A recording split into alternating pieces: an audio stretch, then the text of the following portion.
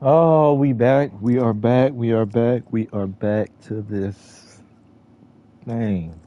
Hang on. Before we get started, can I just say something? Wait a minute. Thank you for actually sending it, Claude. Who's up again?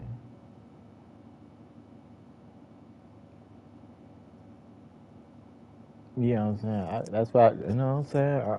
I thought what you're supposed to do, but you actually take time to set the clock, and I appreciate it. Hey, no problem.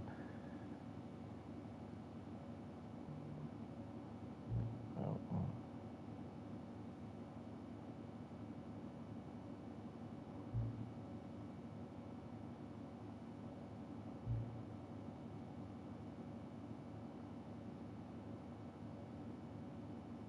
My favorite time?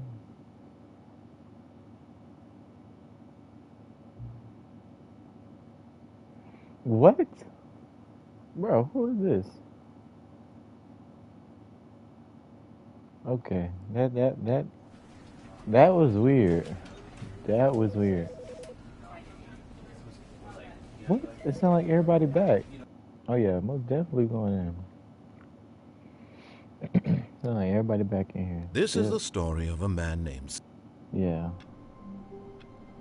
Welcome back. Welcome back. All right. Here we go. Here we go. Wait, what did I say? I hate Mondays. Why would you have that in work? That's kind of okay. Cool. All of his co-workers were gone. Oh, we starting What off could like it this? mean? Stanley decided to go to the meeting room. Perhaps he Alright, had now, simply nope, missed I a memo. remember it. I remember it. See, I was kicking in. Okay. What did I say? No content. Oh, good. You noticed my sign. Yes, I have something very exciting to show you.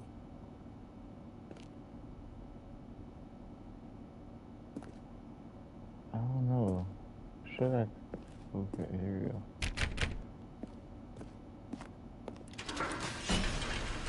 Alright, man. Fuck. What the hell? Oh, shit. Okay. Rip Wild Rocket. I remember it. No more content? Okay, good. What You was see, that? Stanley, I've been reflecting on the Stanley Parable and about how roundly disappointing this ultra-deluxe version has turned out to be. The original Stanley Parable was a landmark, and any new content for it should live up to that legacy. So forget How this far we doing up? ultra-deluxe nonsense. I say we take it one step even further. Which is why I'm very Low proud key, to bro. Might announce for need the a first time flashlight. ever, the Stanley Parable 2. Type shit. Okay. Ooh, 24/7. Yes, you see, isn't this far superior to a measly port with a few minor additions? Think of Not all a the new bit far. territory we'll cover with a fully I fledged feel sequel, like an clicking on entirely keyboard, new but experience, built from the ground up. Why, there are so many possibilities. It could go in so many different directions. This is what fans have truly been asking for. alright. Let me get a little Sprite. Sprite tastes a sequel. It's okay. Calling it the Stanley Parable 2 is just so much catchier than Ultra Deluxe, don't you think? Ultra Deluxe? What does it even mean? But the Hey Stanley man, Parable this is 2, kinda now nice. Low that's an key. It's a big artistic ass statement whatever. right there. It's future-oriented. It screams progress and Okay. innovation and Alright. long-term franchising potential. Let me say it like that. Um um um okay. What you going to? What you watching? And you log in yet? I know that password. You nasty son of a. Okay, here you go. What you watching? Type shit.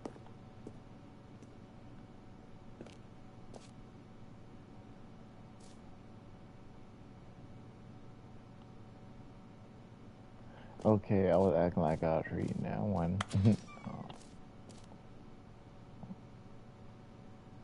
Bro, they need Now, to be clear, I haven't quite nailed down what exactly the Stanley Parable 2 is going to be, but let's take a look at some of the features I've been developing for it. I figure that if I can loosely organize a handful of interesting concepts, that surely the game will sort of naturally spring up around them. It'll all work itself out. Game development is much more of a fuzzy magic than anything scientific or logical, really. Back on the bus? Oh. Man, they ain't had to do all this.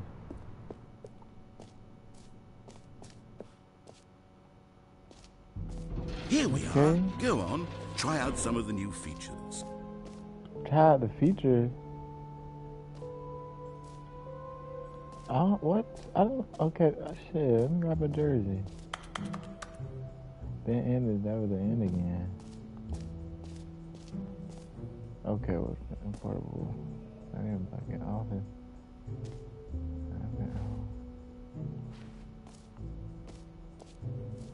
Now I don't want to go down. Oh, what is this? Jump circle, one that says the name of the player that is playing the game.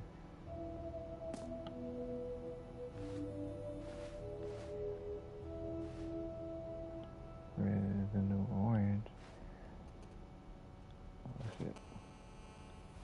I'm confused. What the fuck? Is that the baby? What's that sound? The button that says the name of the player that is playing the game. For the Stanley Parable 2, I asked myself, what do players really want? And of course, the first and most obvious answer is that they want to be individually recognized and validated as people. So with that in mind, my first addition to the game is this button which speaks the name of the person playing the game. Isn't that wonderful? Jim. Sorry, I should have clarified. Right now, the button only says the name Jim. But of course, in the final game, this button will say your name, whatever name that is. Here, let's have you role-play as Jim to really simulate the full experience of this feature. Be Jim. Just play along. I promise you'll love it. Okay, here we go. Let's take a deep breath, clear your mind, forget whoever you are, and simply become a person named Jim. I want you to imagine yourself living as Jim, sleeping and waking as Jim, falling in love and being heartbroken as Jim, seizing all of the world's possibilities as Jim, and as Jim watching your dreams crumble into dust. Do you feel it deeply? Are you really, truly Jim right now? If so, then please step forward and press the button. No, but I ain't Jim. I ain't who they say I am.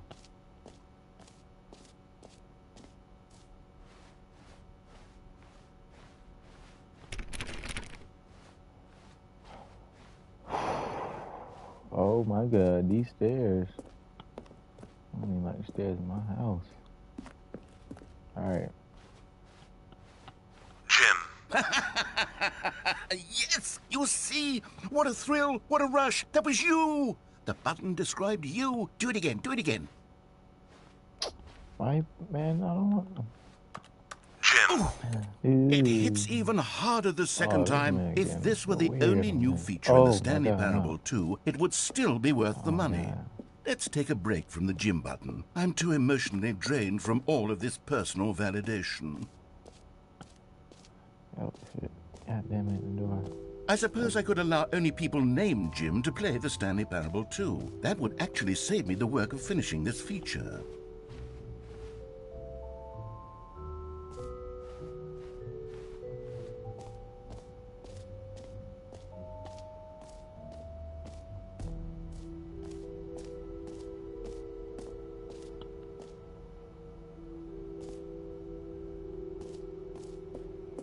No, I keep making me...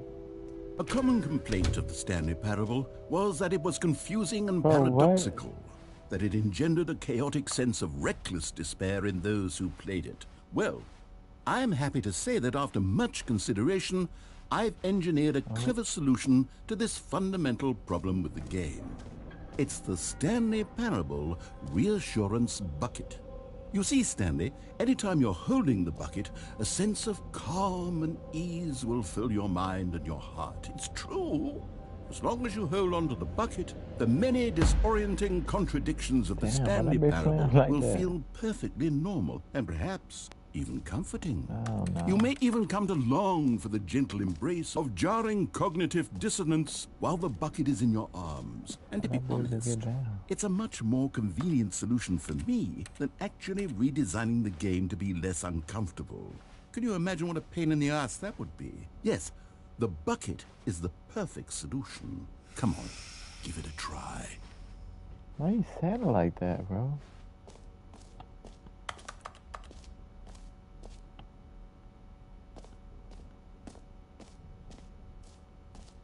Please let me the fuck out. Oh my God.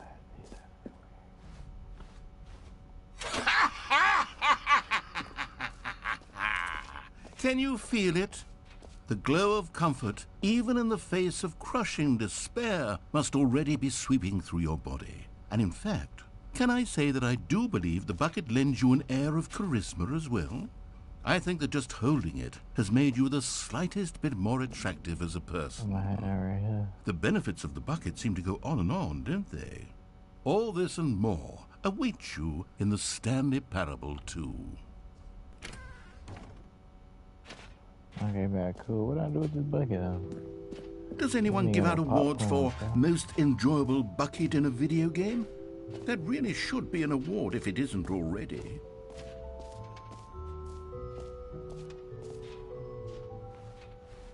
You know what? Let's bring the jump circle back for Stanley Parable 2 as well. It's...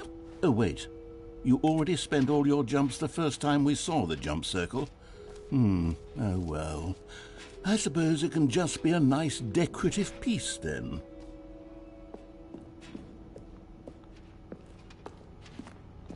I want this as a free trophy.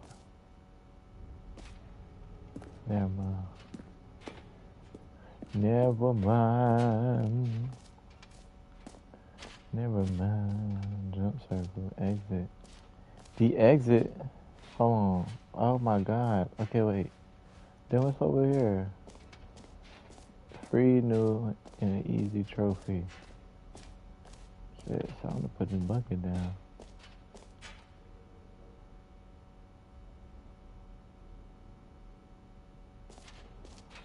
Alright, shit. My mama told me now here's something special. You remember that broken test trophy that got left in the game on accident? Well, I'm developing a technology to simply give you the trophy. Yes, you see, you'll come to... Okay, perhaps I should have clarified. This is technology that will exist. Right now, the trophy is still fully broken. I'm not a wizard, Stanley, but I guarantee it will be fixed in the sequel to at last satisfy the hordes of ravenous fans all over the world who have been uproariously demanding this feature. Gamers, we hear you, and I promise it will happen.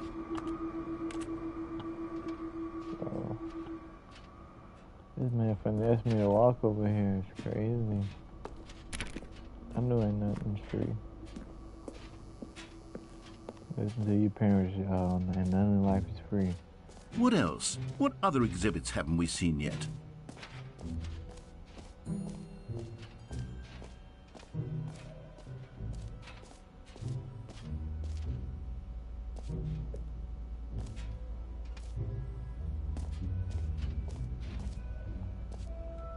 Stanley, here's an idea that I'm truly fond of. It's never been done before in a video game.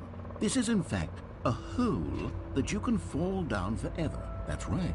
Infinite falling.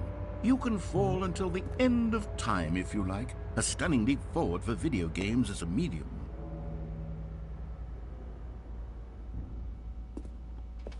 Nah, that's crazy.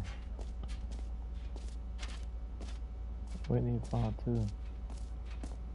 Let me see. Just keep going, just keep going, just keep going. What do you do? Alright, we about to just leave, you know what I'm saying?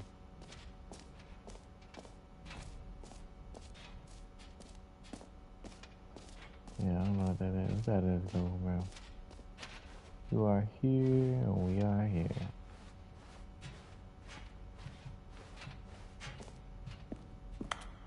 God damn, I'm doing this. Oh, goodness. Stanley, this is fairly awkward. I hate to do this, but before you leave, you really should go to the collectibles exhibit. You see, there is a surprise I was going to spring on you later, and it involves the collectibles. And I really do hate to break the illusion, but it's important that you go see the collectibles, okay? All right, I'll get out of your hair now.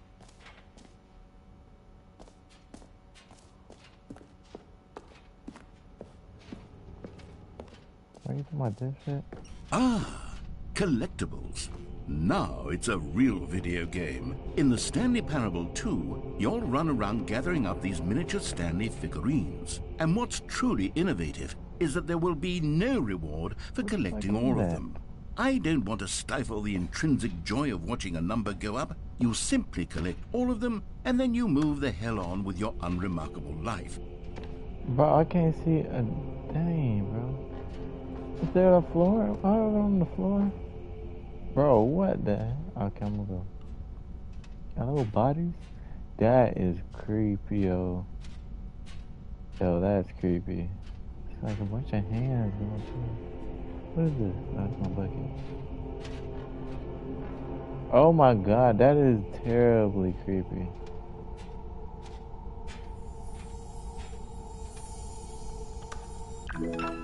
The fuck?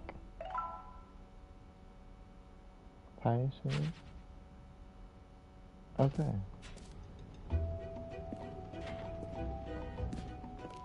God, it really is the worst when you collect everything in a video game and then they give you a big fancy reward for it. Absolutely tragic. Right.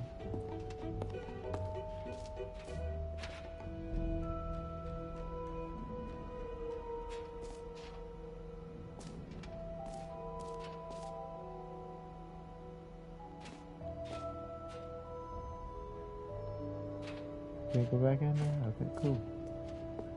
Cool beans, cool beans. Alright, so I can't go in there, obviously.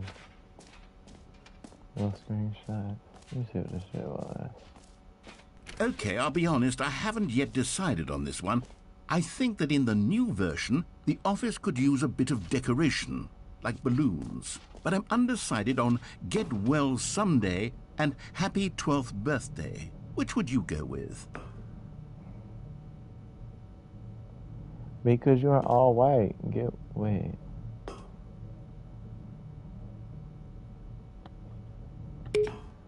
You know, sometimes when you solicit another person's opinion, it makes you realize that you knew which one you actually really wanted all along.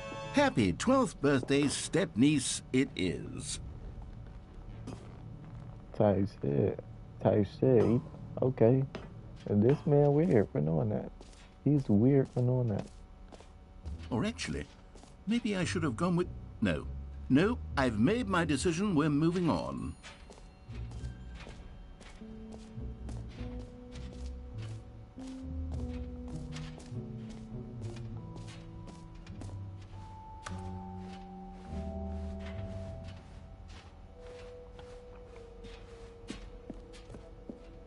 Alright, man. Get the hell out of here.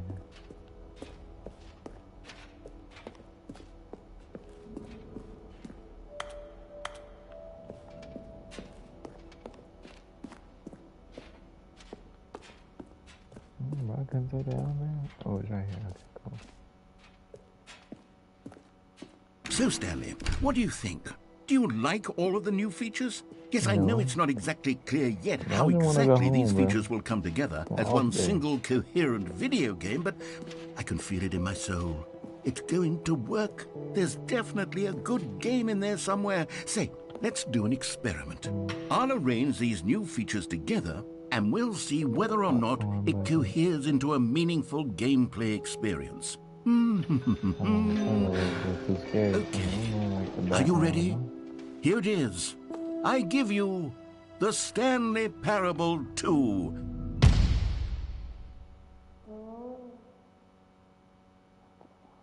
Well, I mean, there's potential here, right? It's sort of... Okay, never mind. Hold on, let me do a different arrangement. Okay, yes, this is much better. I feel good about this. Here we go, version 2. Shout out to Berea, y'all. But who the hell is Who am I kidding, Stanley? This isn't a coherent video game at all. It's a lot of gags. And I do very much enjoy creating gags, but they don't add up to anything. Jump in there. I wanted more than anything to create a sequel that would capture all the magic of the first game. I wanted fans to love it. No matter how good these gags are, they won't stand on their own. They would need the structure and the gameplay of the original. Wait, maybe that's it. I can take the original Stanley Parable and simply, well, insert a few of my new features into it. Tastefully, of course. With respect. With care for the vision and integrity of the original game. Would it possibly work? I suppose it could. But it would need a really, really tremendous title screen. A title screen that says with bold and uncompromising conviction, "This is the Stanley Parable 2. Let me see if I can whip something up. All right, perfect. Go ahead. Take a look. Oh my god. Like, what the fuck? Did he just restart me? Oh shit. Stanley Parable 2. Nah, that bit kinda dope. Yo, the loading screen fire. Okay, let's try. Same loading screen. This is the...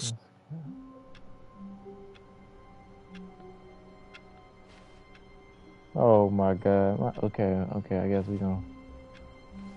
Is this 2 games in 1? All of his co-workers were gone. What could it mean? Stanley decided to go to the meeting room. Perhaps he had simply missed a memo.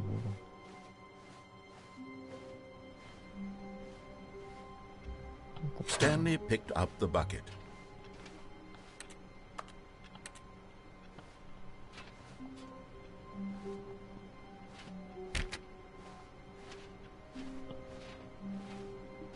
Okay.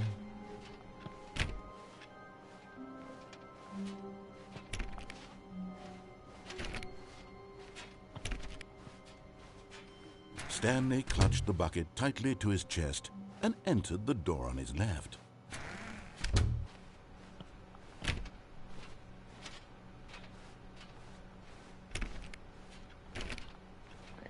Okay, I don't know if we were supposed to actually do what he says this time. Still no one was here. Stanley needed the bucket's warmth and comfort now more than ever. Perhaps his boss's office was where he'd find answers.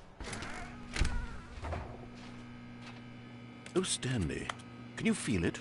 The broom closet. It wants the bucket. You can feel that, can't you?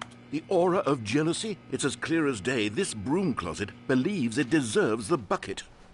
I can really feel it now. It's a bucket. It belongs in a broom closet. That's what the... Coming to a staircase, Stanley and the bucket walked upstairs to the boss's office.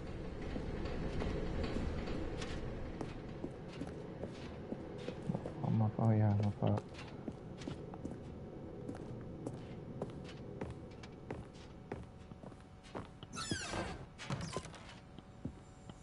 You found one of them. One of the miniature Stanley figurines. Remember, no reward for collecting all of these, only the intrinsic pleasure of a job well done. You can't buy that sort of happiness, Stanley. God knows I've tried. So, I implore you to savor each and every moment you come across one of these beautiful figurines.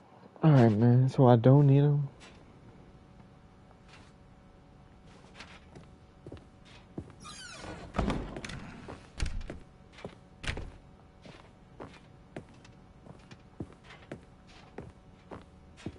Stepping into his manager's office, Stanley was once again stunned to discover not an indication of any human life. Crushed by the weight of this revelation, Stanley may have broken down into an emotional dumpster fire if not for the soothing presence of the bucket. Even now, in his darkest of hours, did the bucket's warmth and guiding light pierce the dark clouds of confusion and chaos. It would be with him always. The bucket would, and he knew it. The two of them were Bro, what's inseparable. the password, bro? At this point, Stanley was so absorbed in the tender spiritual connection he shared with the bucket that he didn't notice the keypad behind the boss's desk. Nor in his bliss of simply being near Bro, the come on, bucket what's did up he with have you in this any bucket, notion bro? that the pin number for the keypad About to was drop the goddamn bucket, bro. 2845.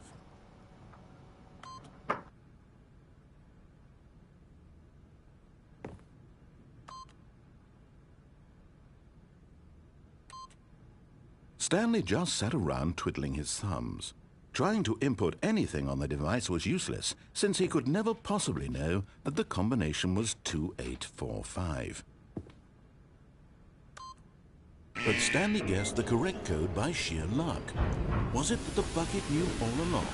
Was the bucket guiding him? Yes, this is certainly the most logical explanation.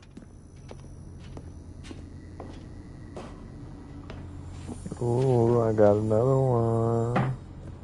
Give me the Another miniature Stanley figurine. This, you know, there really must be a snappier name for these things. What about mini-stands? Stanley figs? What about Stanlerines? Yes, I think I like that. Another Stanlerine under your belt.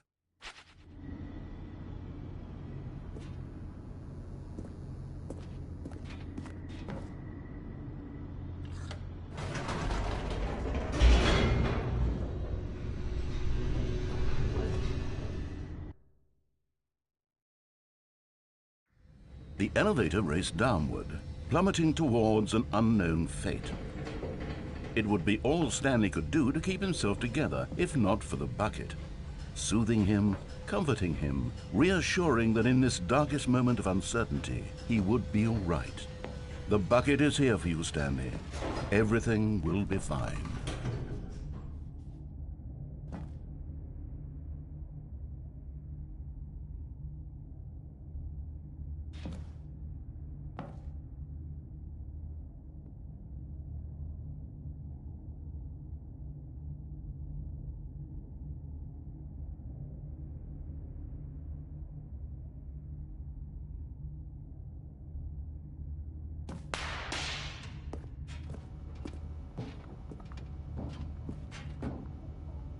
Stanley and the bucket walked straight ahead through the large door that read, Mind Control Facility.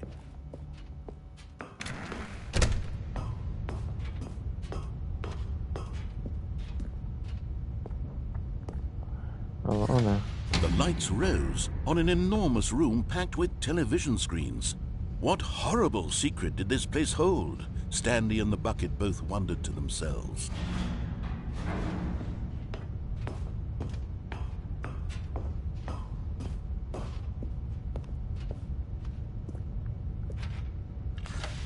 The monitors jumped to life, and Stanley nearly dropped the bucket in shock. Everyone in the office was being videotaped, monitored like guinea pigs. The bucket had never seen anything like this, and it very nearly burst into tears as Stanley cradled it gently, reassuring it that everything would be fine.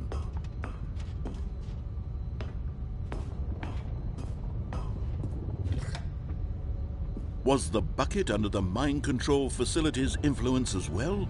Had the bucket been told to do things it didn't wish to do? What kinds of things does a bucket want to do or not want to do in the first place? These questions raced furiously in Stanley's feeble mind. No! He screamed into the bucket. He couldn't accept it. His own life in someone else's control, never! He squeezed the bucket tighter, his one friend in the entire world. At this point, he could trust no one except for the bucket.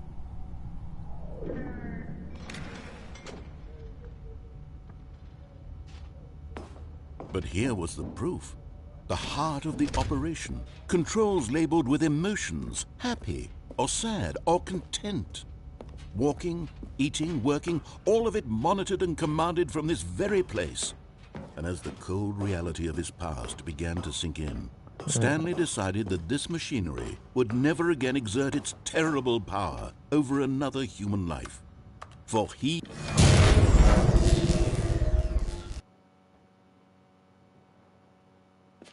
Stanley and the bucket waited in blackness. Was it over? Is that what I was supposed to? Yes, they had done it.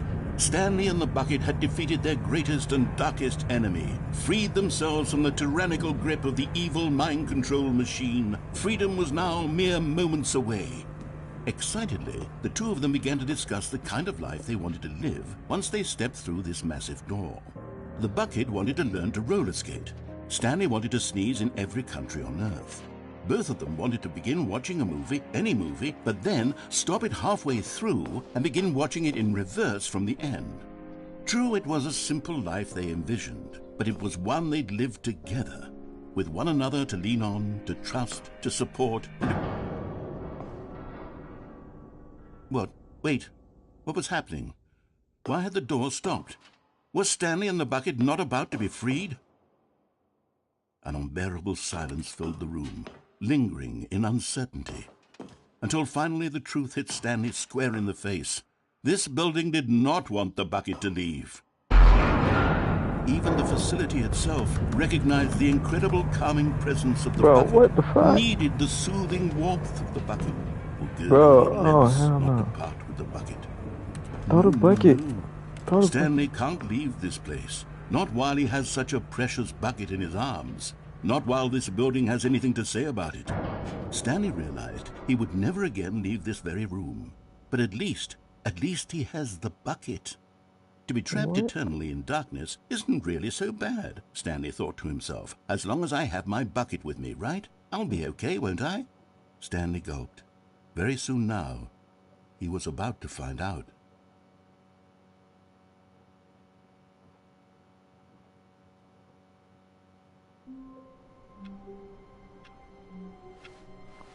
All of his co-workers were gone. What could it mean?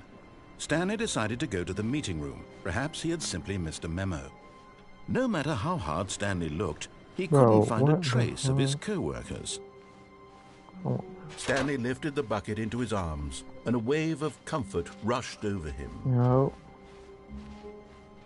Stanley clutched the bucket tightly to his chest. This was not the correct way to the meeting room, but Stanley had felt the bucket calling to him, telling him that the employee lounge was simply the place to be. And here it was. Had the bucket turned out to be correct? No, never mind. The bucket was wrong. Stanley took the door on his left to go back to the meeting room.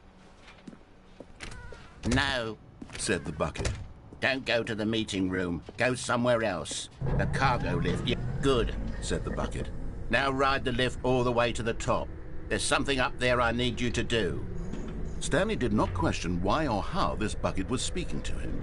It should have alarmed him, of course, because buckets can't talk. But Stanley chose not to think about this obvious fact.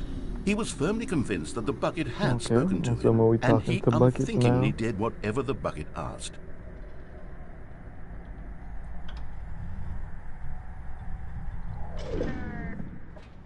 In here, said the bucket. Go into this dark room over here. Stanley once again obeyed blindly. Going here for what?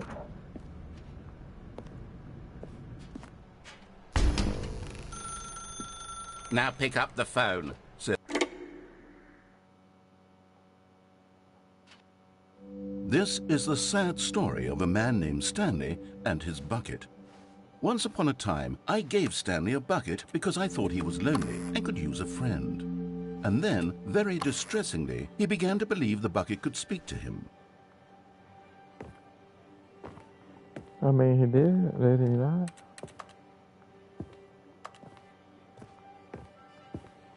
What the fuck is that?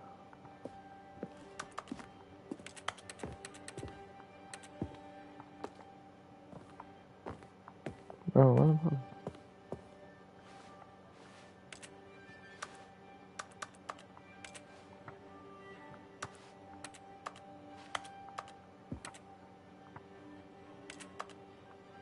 Oh.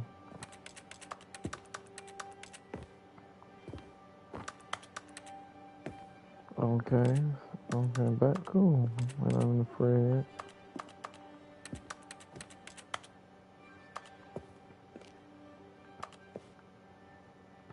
What the fuck? The Stanley Parable Reassurance Bucket was merely meant to provide the comforting glow of companionship. It doesn't literally talk and give you orders. Whatever Stanley is hearing the bucket say to him is just in his head.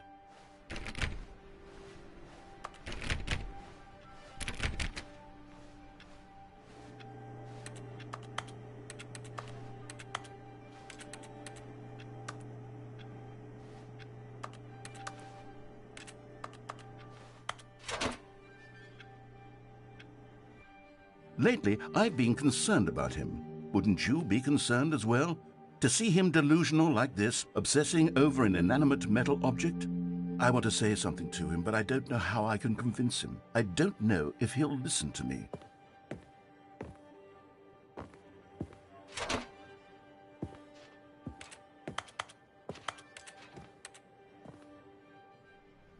Oh, I'll try anyway. Stanley, can you hear me? Listen to me. It's just a bucket. It can't think, it can't talk. All it will ever truly do for you is effectively transfer a liquid from one location to a different location. That's it. It doesn't do anything else.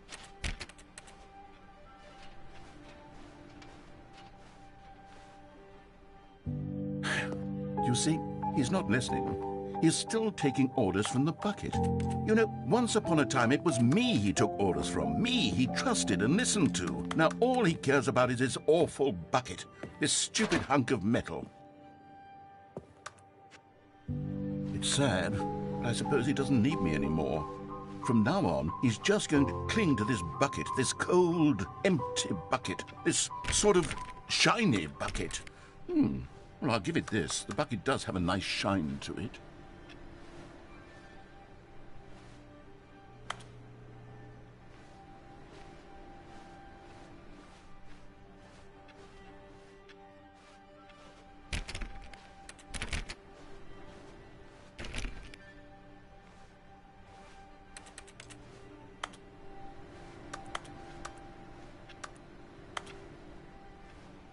Bro, where the hell the bucket go, bro?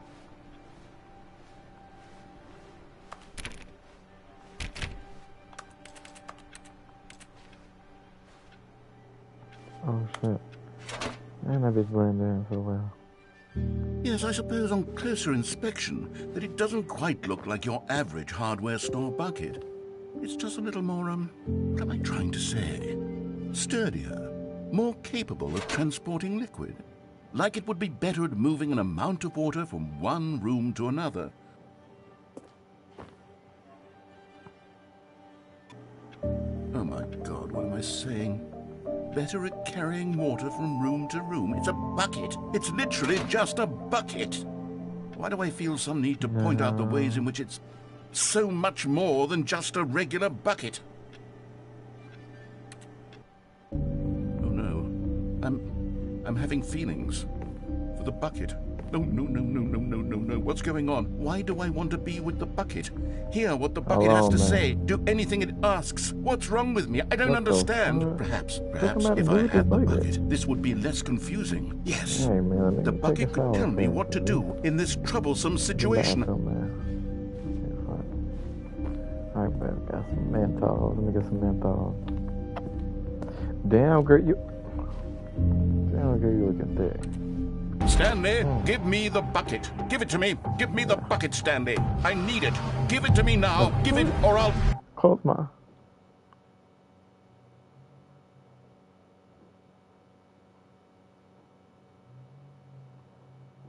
What the fuck?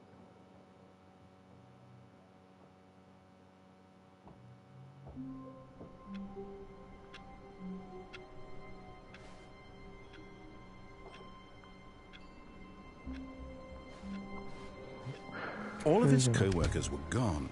What could it mean? Stanley decided to go to the meeting room. Perhaps he had simply missed a memo.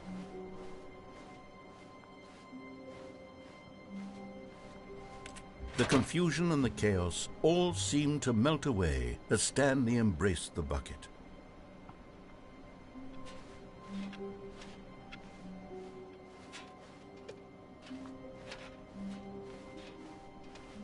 Stanley clutched the bucket tightly to his... This was not the correct way to the meeting room, but Stanley had felt the bucket calling to him, telling him that the employee lounge was simply the place to be. And here it was. Had the bucket turned out to be correct? No, never mind. The bucket was wrong. Stanley took the door on his left to go back to the meeting room. No, Said the bucket. don't go to the meeting room. Go somewhere else. The cargo lift, yes. Good. Said the bucket. Now ride the lift all the way to the top. There's something up there I need you to do. Stanley did not question why or how this bucket was speaking to him. It should have alarmed him, of course, because buckets can't talk. But Stanley chose not to think about this obvious fact. He was firmly convinced that the bucket had spoken to him, and he unthinkingly did whatever the bucket asked.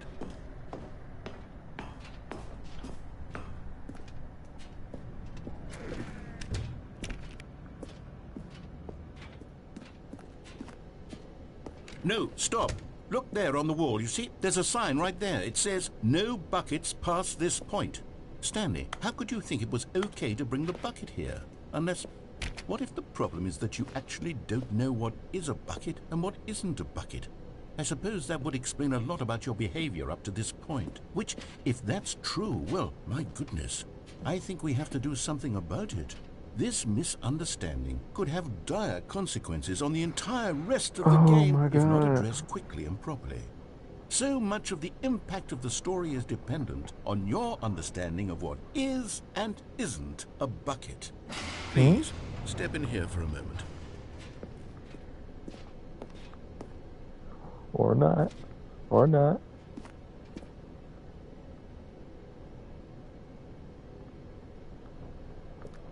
Alright, here we go.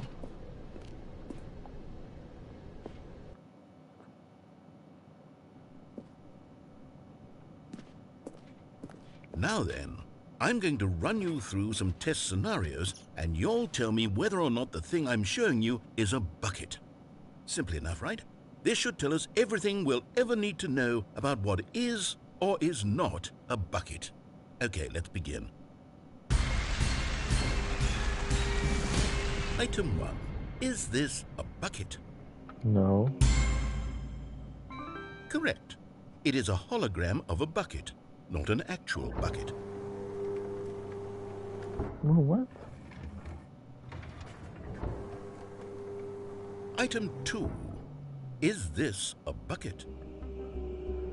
Oh my god, what the fuck? Is this a bucket? No, that's a... Damn, that's one of those things. Fuck. Okay, is this a button? I mean, is this a bucket? A bucket? Get a mop, that's a wet, no, that's not that. I don't know. Correct. Okay, it is a yes. 3D printed recreation of a bucket, not an Come actual on, man. bucket. Come on now. Give me a harder one. Give me a harder one. Item 3. Fuck. Is this a bucket? Shit, okay. Let's think about this. September 13th. On October 1st. My cousin's nephew, auntie's brother. No. Incorrect. What? This is a bucket. How would I know that? Oh, fuck. Item 4. Is this a bucket? Yeah. Are you hallucinating? This is a tractor. It's an enormous machine that tills the earth. I thought this was a gimmick. Bucket. How on earth did you manage to screw it up? Absolutely incredible. Let's just move on to the next one. Okay, my fault.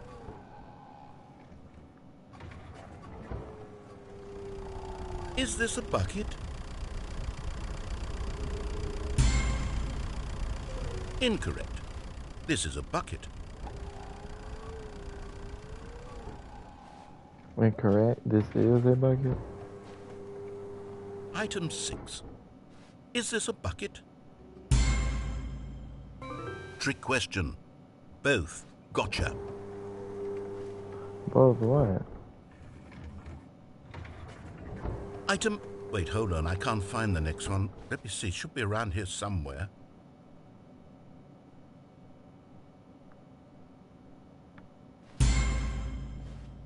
Yes. Thank you. There's nothing here. Of course it isn't a bucket. We both know full well that nothing isn't a bucket. Wait, when I say nothing isn't a bucket, that makes it sound like I'm saying everything is a bucket, which of course is not true. Unless... Is that what you think? Answer me straight, Stanley. Are you trying to tell me that you believe everything is a bucket? You know what? I'm too confused to even sort it out. I've lost all sense of perspective. What is a bucket? What isn't a bucket? Mere moments ago I could answer these questions with confidence. And yet now I'm somewhat adrift. Do any of us know what a bucket is? Am I a bucket? Stanley, I can't keep doing this. I'm losing myself, and myself was all I ever had to begin with. I'm afraid the bucket is threatening to tear our relationship apart. I can't have that. I'm sorry. But I'm going to erase all buckets from the game entirely. Okay, here we go. No. What happened? Is everything gone? Why did everything disappear? Wait, was everything a bucket? Every single thing in the game was a bucket? Oh my God, I had no idea. How could... Except me. I'm not a bucket after all. And you, Stanley, you're still here. You're not a bucket either. Oh, this is wonderful news. We're not buckets. Yes, I actually feel much more at ease right now. It's delightful to get some clarity on that issue, but it doesn't change the fact that we haven't got a game. So, tell you what, I'll reset everything and we'll put back all of the buckets, okay? And we'll know that it's all a bucket. But if you run into anyone else, maybe don't mention that. Who knows what that information might do to a person? All right, here we go.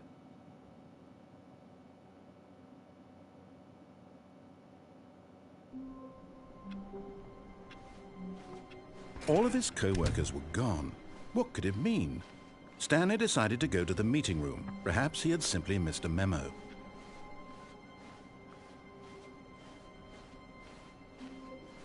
When Stanley came to a set of 2 open doors, he entered the door on his left.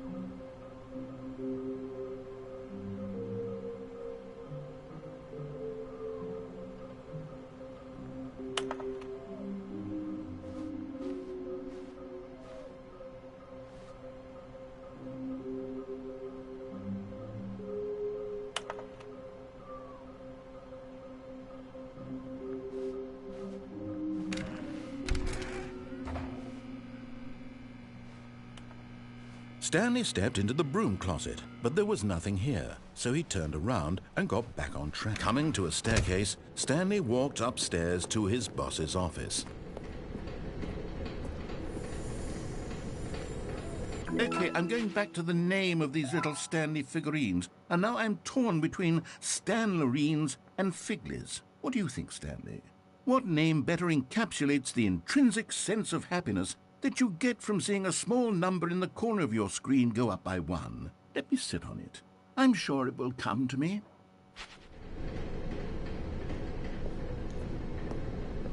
But Stanley just couldn't do it.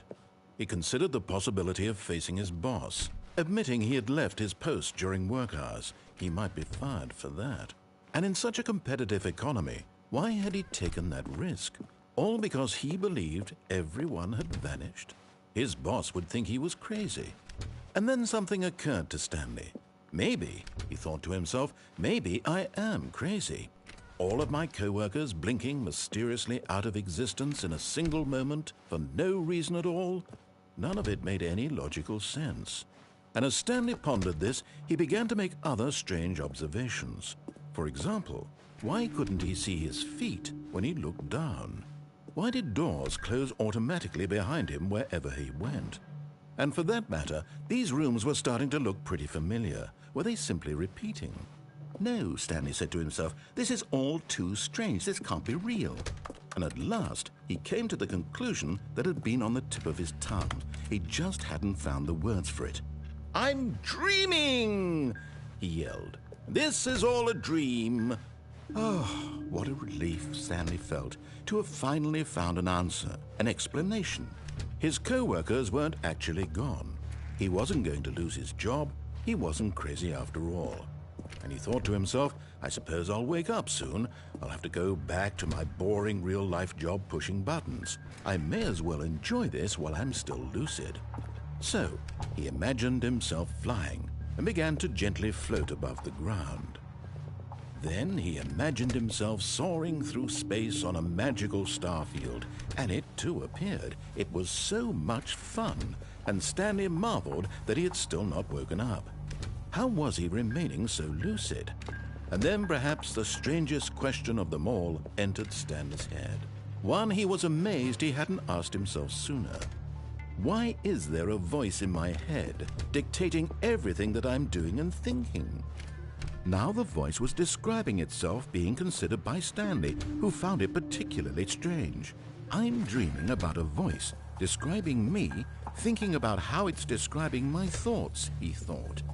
And while he thought it all very odd and wondered if this voice spoke to all people in their dreams, the truth was that, of course, this was not a dream.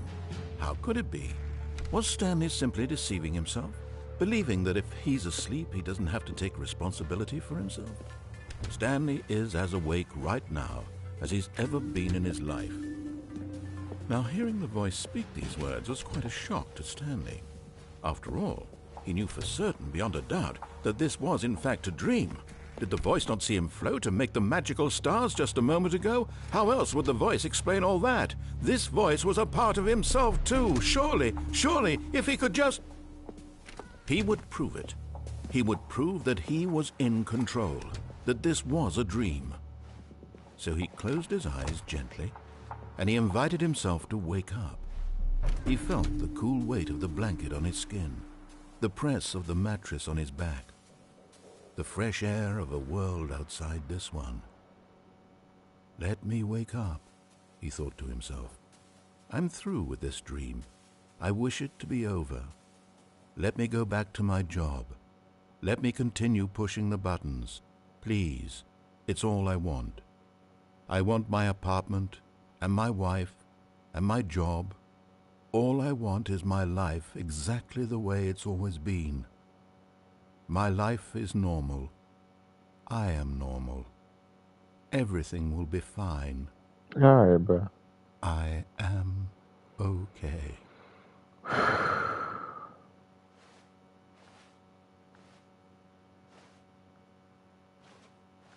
Stanley began screaming. Please, someone, wake me up. My name is Stanley. I have a boss. I have an office. I am real. Please, just someone tell me I am real. I must be real. I must be. Can anyone hear my voice? Who am I? Who am I? And everything went black.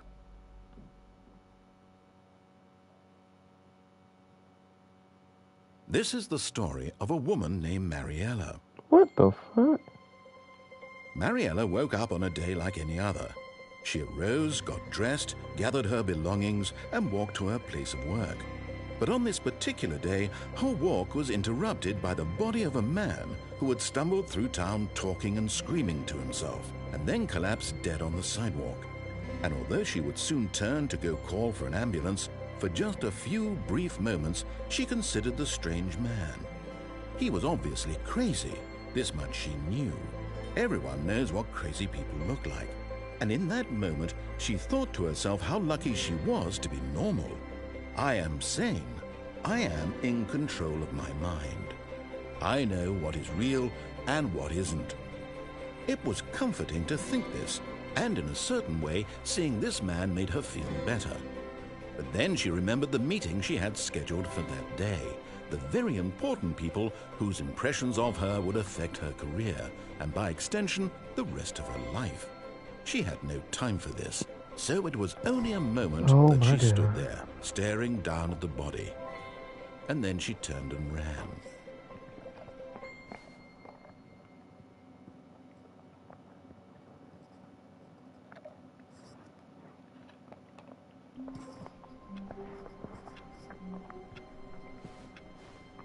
All of his co-workers were gone. Oh What could it my mean? God, bro. Stanley decided to go to the meeting room. Perhaps he had simply missed a memo.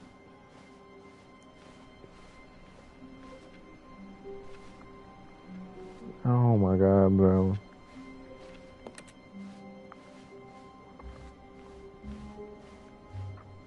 When Stanley came to a set of 2 open doors, he entered the door on his left. Okay, we out. Fuck this shit. We're out. This is it. No more. I'm done. I'm done. I'm done with this game. I ain't doing it no more. Wait, did I get it? No, I'm not doing it no more. Fuck that closet.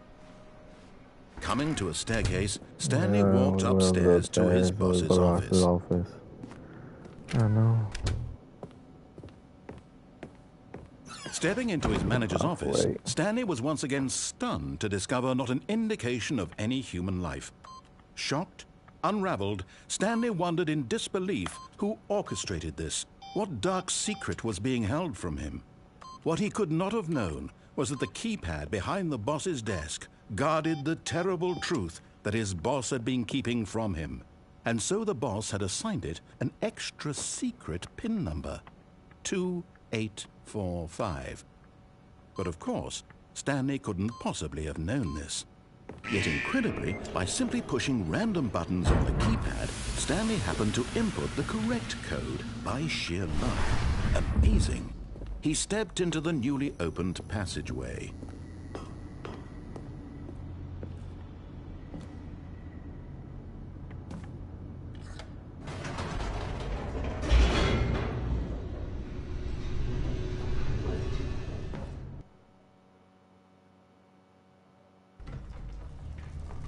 No, man, we out. I'm done.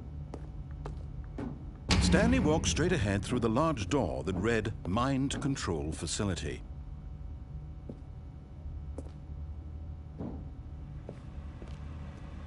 Although this passageway had the word escape written on it, the truth was that at the end of this hall, Stanley would meet his violent death. The door behind him was not shut. Stanley still had every opportunity to turn around and get back on track. At this point, Stanley was making a conscious, concerted effort to walk forward and willingly confront his death.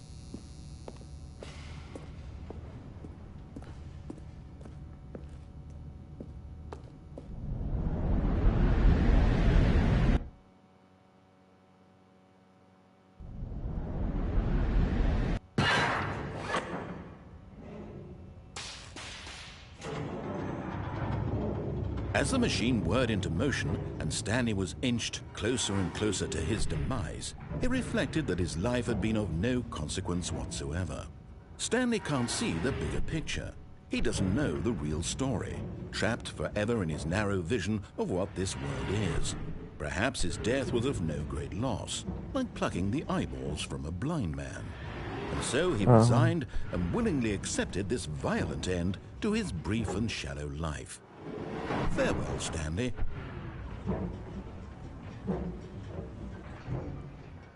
Well.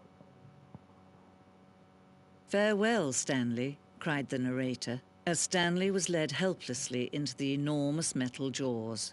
In a single visceral instant, Stanley was obliterated as the machine crushed every bone in his body, killing him instantly.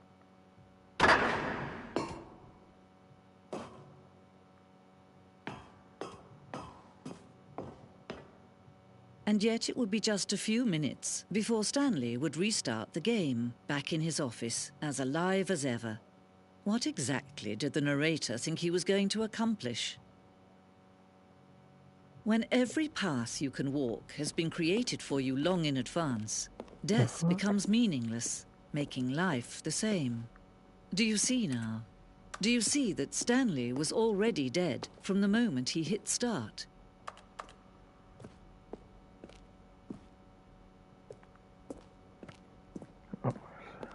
Bro, what the fuck? Bro, where am I?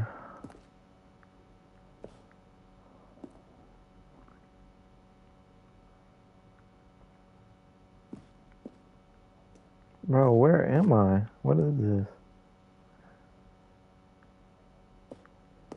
I guess I didn't die.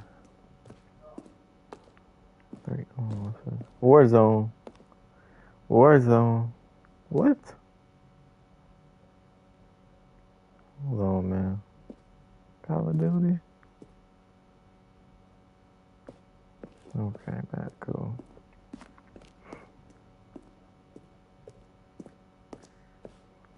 At least my where is home. Man, what the fuck? I ain't trying to feel me home.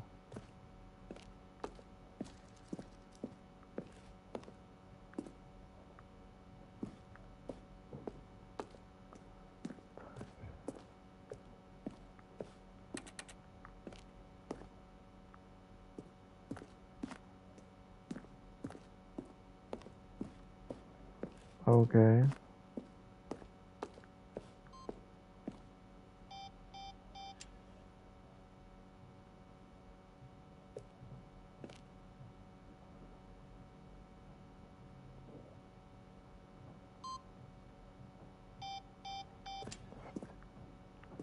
But that's fixed.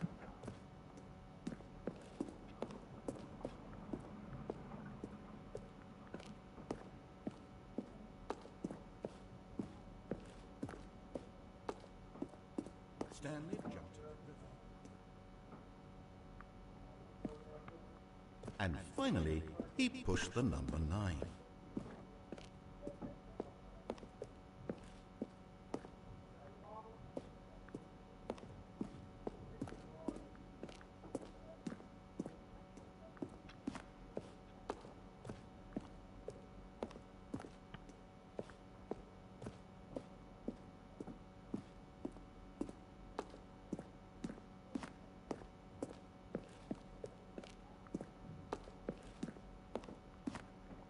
Man, what the fuck?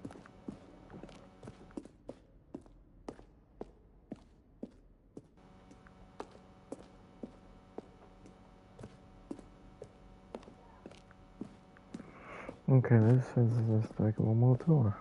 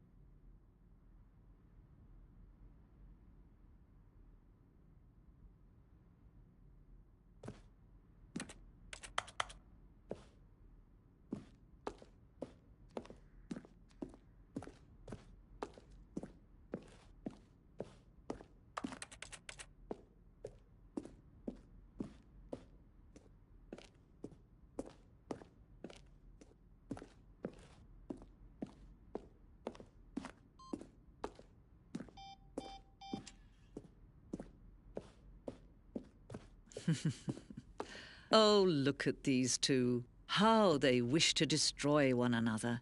How they wish to control one another. How they both wish to be free.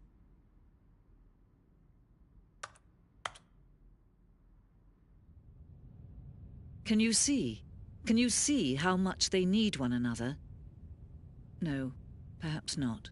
Sometimes these things cannot be seen. But listen to me. You can still save these two. You can stop the program before they both fail. Turn off your PlayStation. There's no other way to beat this game. As long as you move forward, you'll be walking someone else's path. Stop now, and it'll be your only true choice. Whatever you do, choose it. Don't let time choose for you. Don't let...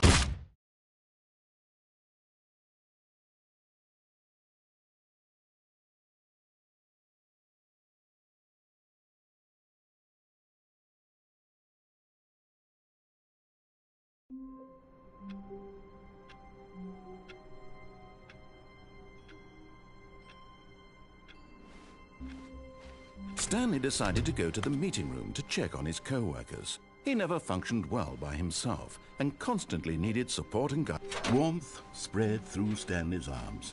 With the bucket in his arms again, he was home. Stanley clutched the bucket tightly to his chest. This was not the correct way to the meeting room, but Stanley had felt the bucket calling to him, telling him that the employee lounge was simply the place to be.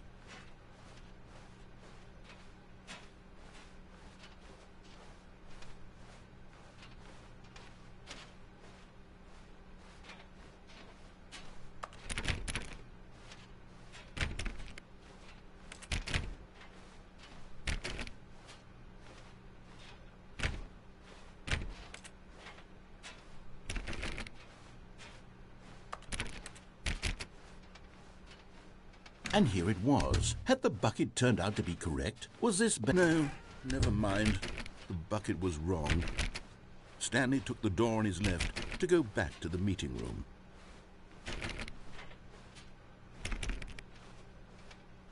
And so the two of them detoured through the maintenance section and walked straight ahead to the opposite door.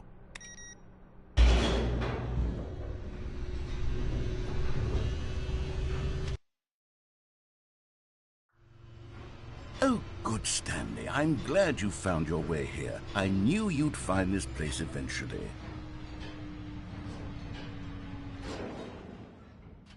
You see, your friends and I are concerned for you, Stanley. We've come together here because we care about you very much. It's this bucket you're carrying around everywhere. The bucket isn't even from the original Stanley Parable. It's just sequel content. We're the ones that matter, Stanley. Classic characters from the first game, like the Adventure Line and the Broom Closet. Because that's what fans want from a sequel. They want more of their favorite jokes, not this bucket that they've never seen before. Yes, I know I'm the one who gave you the bucket, but you're spending too much time with it. Don't you want another story involving the Adventure Line? We could make the Adventure Line go somewhere new. Yes, yes, that's what the fans...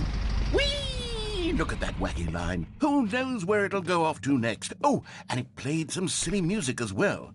Yeah,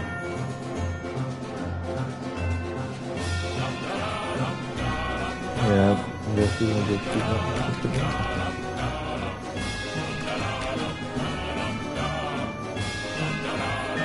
Now this is what the Stanley Parable is all about. Don't you remember all those great jokes from the original dialogue? Also, Stanley is addicted to drugs and hookers.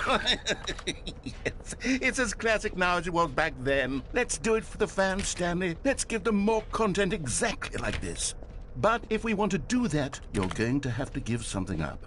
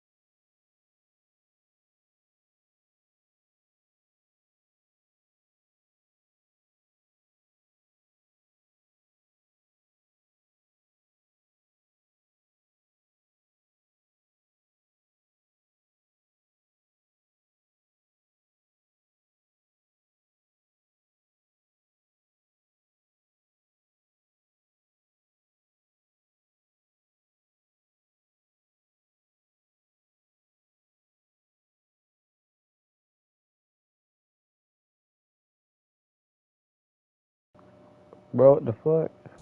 Oh my god. Okay, bet.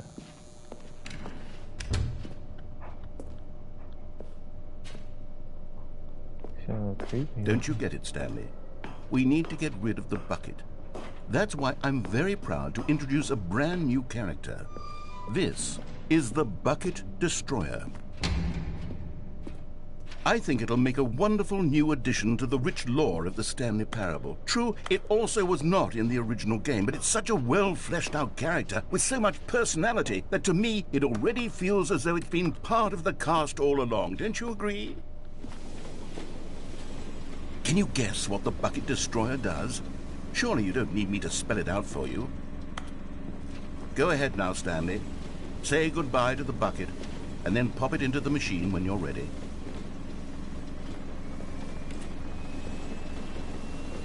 Now listen to me. It's crucial that you give it the bucket. I don't know what the Bucket Destroyer will do if it can't destroy your bucket. Destroying buckets is all it knows. That is its singular personality trait.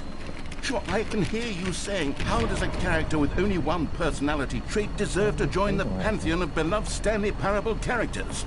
Well, you see, if you were to really explore the Bucket Destroyer, you would see that its desire to crush buckets is so densely loaded with complexity and nuance that it's really like 10 personality traits. What other object in this game can you even say that about? The broom closet? Certainly not. I wonder what sort of Bucket Destroyer merchandise the fans will be clamoring for after this. Okay, the Bucket Destroyer is getting very upset now. You'll have to hurry and feed it. We can't get back to the classic Stanley Parable characters like the Adventure Line or the Bucket Destroyer until you crush that damn bucket. Oh Quickly my now. god, The no, fans no, are no. waiting. Do it, the fans. I'm not doing it. Give the fans what they No. want. Hurry and... Yep, I died. Santa Claus? The Bucket Destroyer. My prized creation. You had so much potential. We were going to do such marvelous things with you, tell such spell-binding stories about you. All of it squandered now. Goodbye, new friend. For the moment in time that you were here, you were magnificent.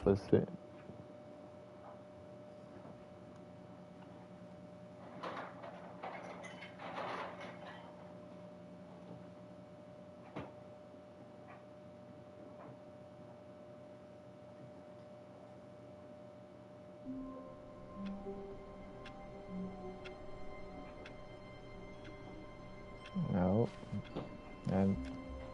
I'd change something. All of his co-workers were gone. What could it mean? Stanley decided to go to the meeting room. Perhaps he had simply missed a memo.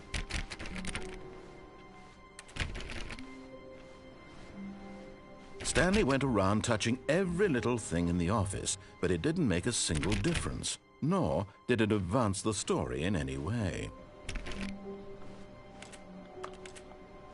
Stanley picked up the bucket and smiled. He'd never be alone again, not truly alone, not with the bucket around. The bucket. I'm tired of these endings. Stanley clutched the bucket tightly to his chest, and this was not the correct way to the meeting room. But Stanley had felt the bucket calling to him, telling him that the employee lounge was simply the place to be.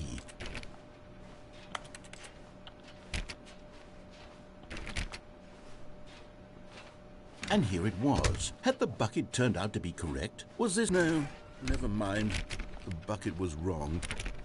Stanley took the door on his left to go back to the meeting room. And so the two of them detoured through the maintenance section and walked straight ahead to the opposite door.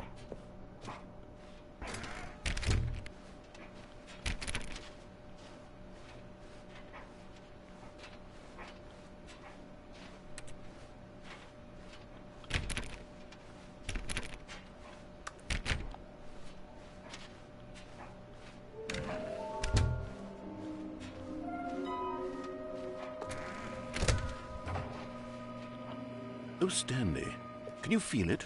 The broom closet. It wants the bucket. Coming to a staircase, Stanley and the bucket walked upstairs to the boss's office.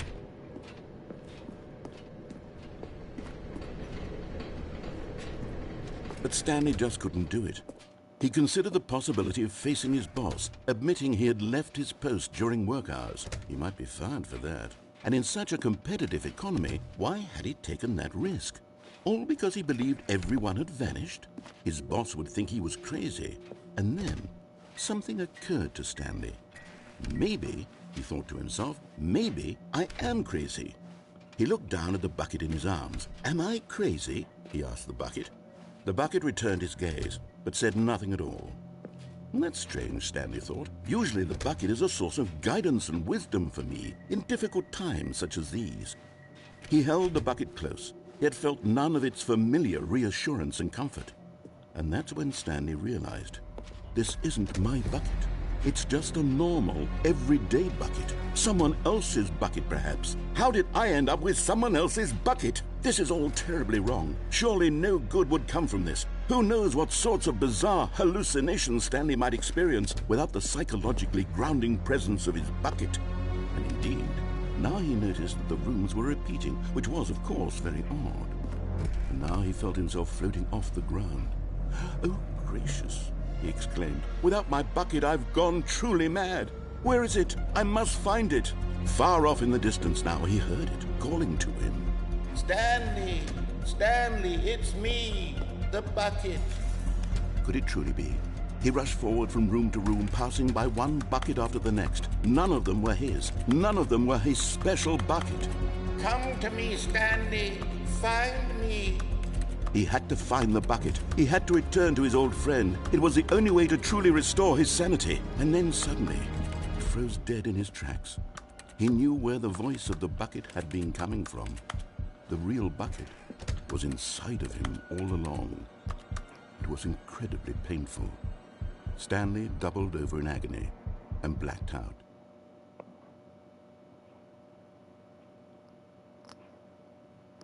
This is the story of a woman named Mariella. Mariella woke up on a day like any other. She arose, got dressed, picked up her bucket of comfort and security, and walked to her place of work. But on this particular day, her walk was interrupted by the body of a man who had stumbled through town, talking and screaming to himself, and then collapsed dead on the sidewalk. This is a horror movie, bro. Right away, she knew what the problem was. This man had no bucket. Of course he'd gone mad, ranting and raving about a narrator describing all of his actions and how everything is predetermined and free will is an illusion and it's all just a video game. It could all have been prevented if only he'd taken his bucket with him. Perhaps he didn't even realize he'd forgotten his bucket at home in the first place. How cruel the world can be, Mariella thought, and she hugged her own bucket even tighter. But of course, she had no time for this. There were a myriad of confusing problems she would soon have to confront at work, for which her bucket would provide absolute guidance and total clarity on everything. Heck yes, she thought to herself, my life kicks ass. And she backflipped all the way to work. I've never seen her doing a damn backflip.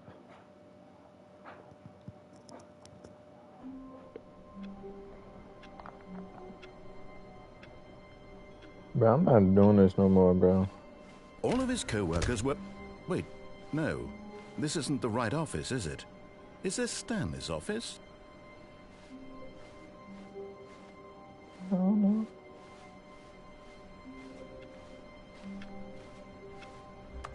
The good old bucket. Just Stanley and the bucket. Off on another thrilling adventure together.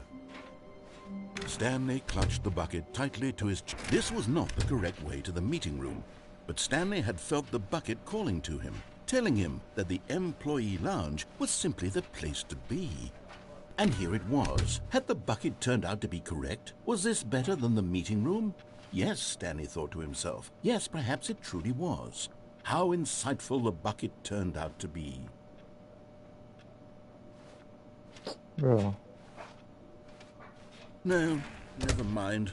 The bucket was wrong. Stanley took the door on his left to go back to the meeting room.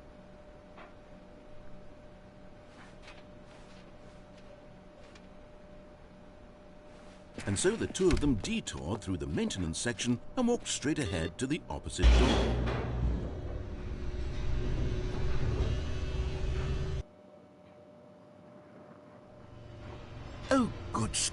I'm glad you found your way here. I knew you'd find this place eventually. You see, your friends and I are concerned for you, Stanley. We've come together here because we care about you very much. It's this bucket you're carrying around everywhere. The bucket isn't even from the original Stanley Parable. It's just sequel content. We're the ones that matter, Stanley. Classic characters from the first game, like the Adventure Line and the...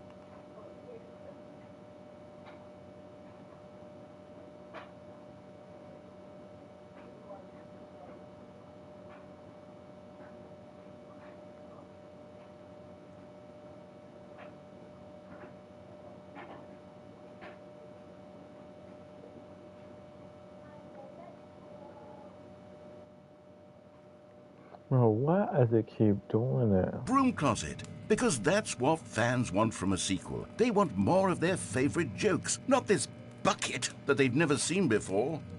Yes, I know I'm the one who gave you the bucket, but you're spending too much time with it. Don't you want another story involving the Adventure Line? We could make the Adventure Line go somewhere new. Yes, yes, that's what the fans want. Let's do it. Whee! Look at that wacky line. Who knows where it'll go off to next? Oh, and it played some silly music as well.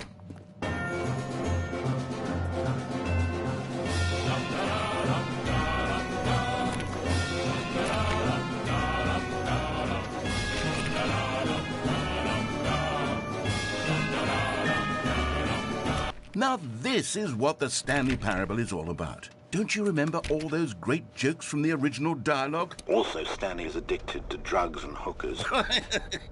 Yes, it's as classic now as it was back then. Let's do it for the fans, Stanley. Let's give them more content exactly like this. But if we want to do that, you're going to have to give something up.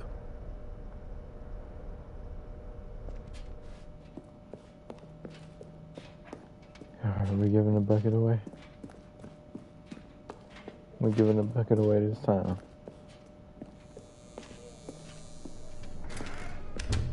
Don't you get it, Stanley? We need to get rid of the bucket. That's why I'm very proud to introduce a brand new character. This is the Bucket Destroyer. I think it'll make a wonderful new addition to the rich lore of the Stanley Parable. True, it also was not in the original game, but it's such a well-fleshed-out character with so much personality that to me, it already feels as though it's been part of the cast all along. Don't you agree? Can you guess what the Bucket Destroyer does? Surely you don't need me to spell it out for you. Pencils. Go ahead now, Stanley. Say goodbye to the bucket, and Bye, then pop it bucket. into the machine when you're ready. Alright, man. Here we go. Now listen to me. It's crucial that you give it the bucket. I don't know what the Bucket Destroyer will do if it can't destroy your bucket. Destroying buckets is all it knows. That is its singular personality trait. Sure, I can hear you saying, how does a character with only one personality trait deserve can't to throw it join the away. pantheon of beloved Stanley Parable characters? Well, you see, if you were to really explore the Bucket Destroyer, you would see that its desire to crush buckets is so densely loaded with complexity and nuance that it's really can't like throw the 10 bucket, bro. personality traits. What other object in this game can you even say that about? The broom I'm trying closet? to throw the Certainly bucket. not. I'm I trying wonder to- what sort of Bucket Destroyer merchandise Bro, the shut up and fans will listen, be bro. I'm trying to clamoring throw the- for after this. Okay, the Bucket Destroyer is getting very upset now. You'll have to hurry and feed it. We can't get back to the classic Stanley Parable characters like the Adventure Line or the Bucket Destroyer until you crush that damn bucket. Quickly now, the fans are waiting. Do it, the fans, Stanley. Give the fans what they want. Hurry I'm trying to. Dumbass.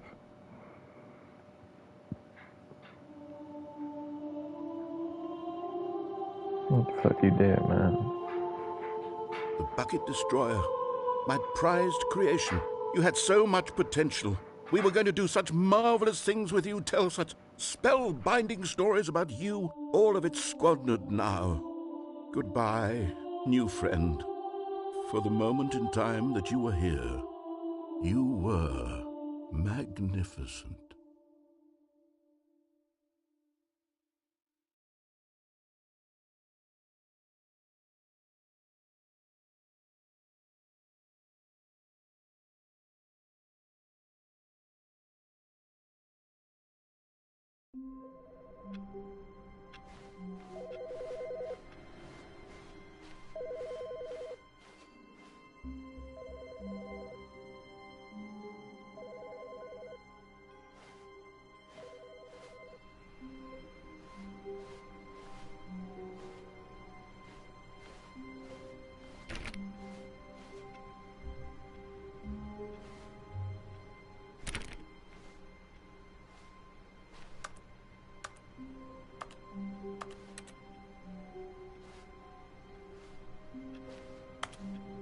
Where are we going today? The bucket asked. Stanley just smiled.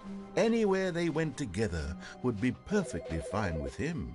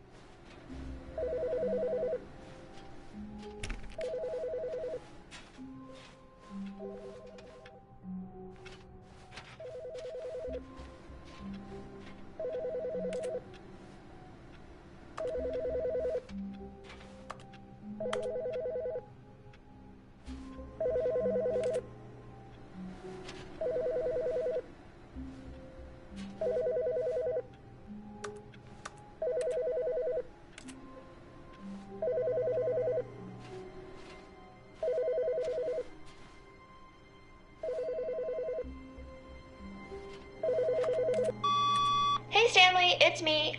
Just calling to let you know that you left your bucket at home. Silly. It's okay. I'm off to pick up groceries soon, so I could swing by your work and drop the bucket off at... Oh, wait a minute. This isn't your bucket. Wait, whose bucket is this? Well, if it doesn't belong to anyone else, I guess I could just, keep it. What? Yeah, I'd really like to hang out with this bucket for a while. Hmm? Oh, sorry, what was I saying? Oh, yeah, have a nice day at work. I'll be here at home with my bucket. Bye, Stanley.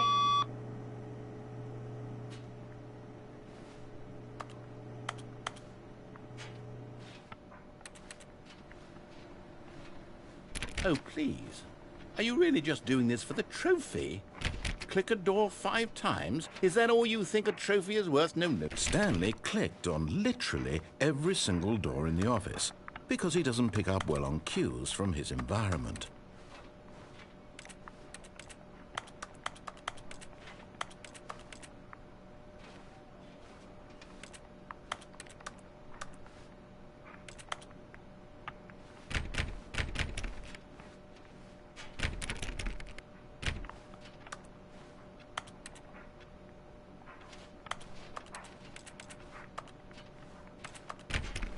For 20.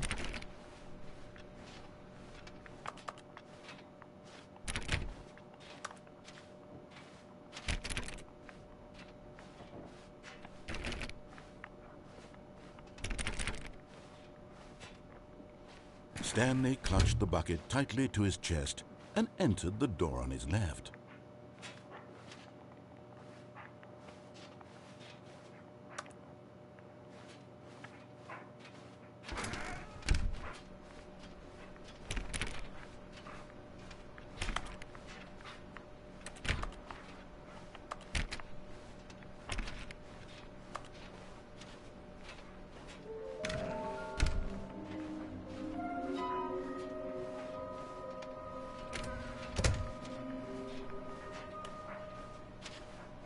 Coming to a staircase, Stanley and the bucket walked upstairs to the boss's office.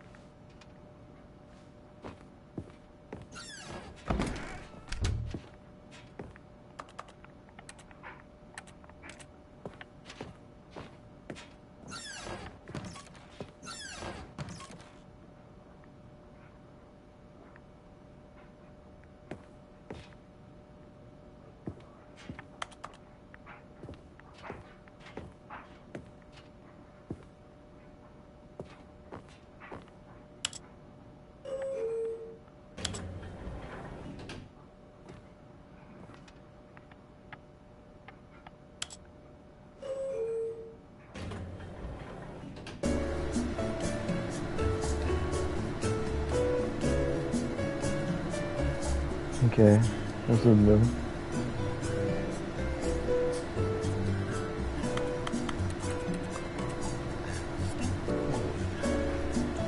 I haven't even picked a floor.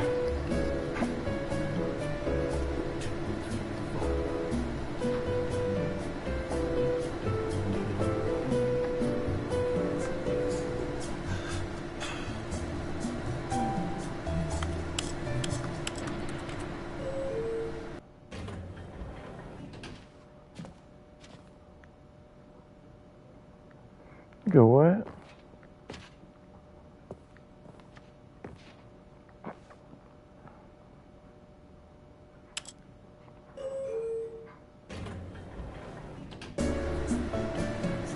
Okay.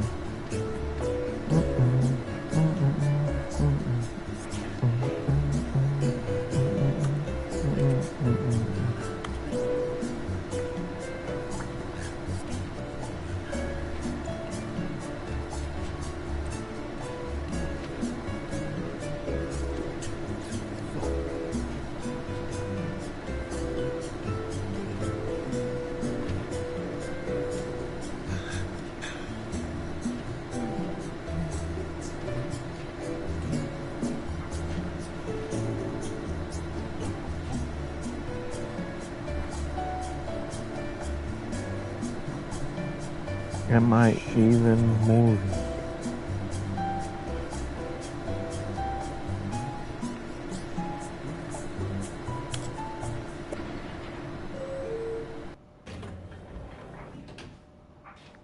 Okay.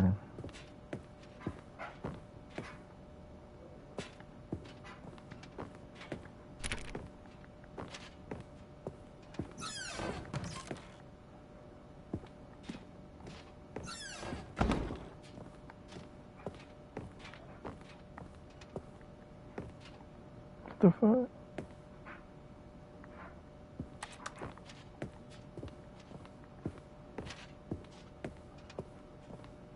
Stepping into his manager's office, Stanley was once again stunned to discover not an indication of any human life. Crushed by the weight of this revelation, Stanley may have broken down into an emotional dumpster fire, if not, but Stanley guessed the correct code by sheer luck. Was it that the bucket knew all along? Was the bucket guiding him? Yes, this is certainly the most logical explanation.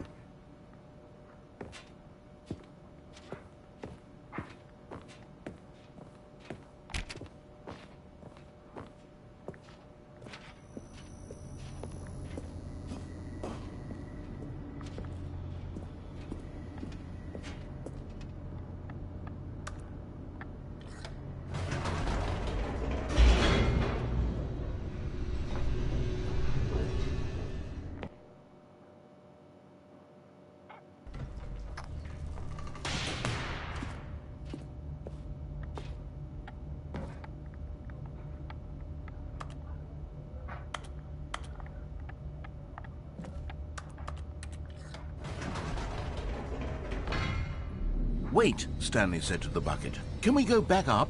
When I was pressing those keypad buttons, there was something very intriguing about the number 3. I want to go back so I can try pressing the number 3 again. The bucket said nothing.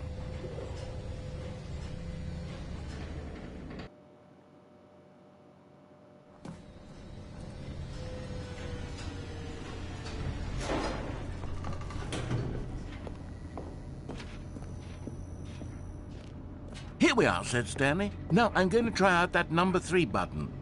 He took the bucket over to the keypad and began absolutely slamming on the number 3 over and over and over.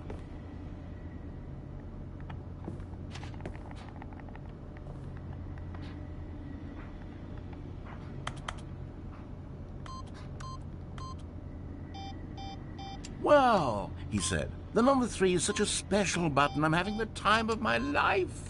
Stanley looked expectantly at the bucket, but the bucket remained silent. This was a shock to Stanley, who had always felt such a connection with the bucket. How was this not as exciting to the bucket as it was to him?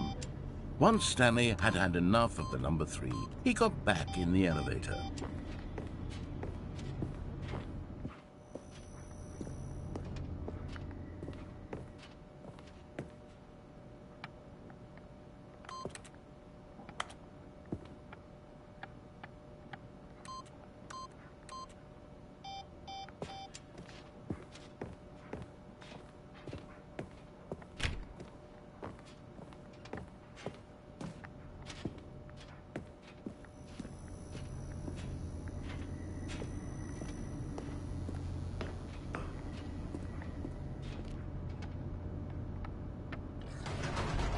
Perhaps the bucket had missed something. Perhaps it had not seen how much joy Stanley got from slamming the number 3 repeatedly.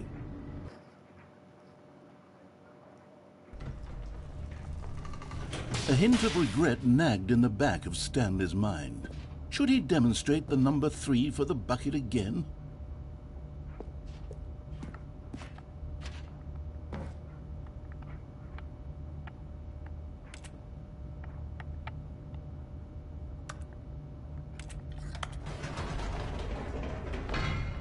No, said Stanley to the bucket.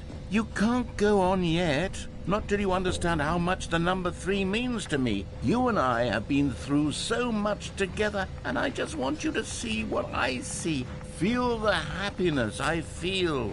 He smiled at the bucket, and the bucket said nothing.